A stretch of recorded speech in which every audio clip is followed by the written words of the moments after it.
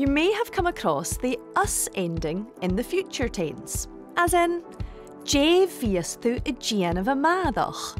What will you be doing tomorrow? Bí me I cattal, bí me I gal cuairt, but Je bhios tú I déanamh.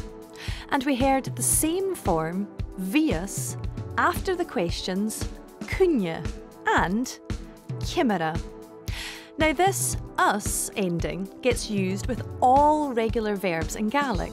So, Je scríbhas me in seo. What will I write here? Or after Ciamar. Ciamar chanas tú sin an sa Gaelic. How do you say that in Gaelic?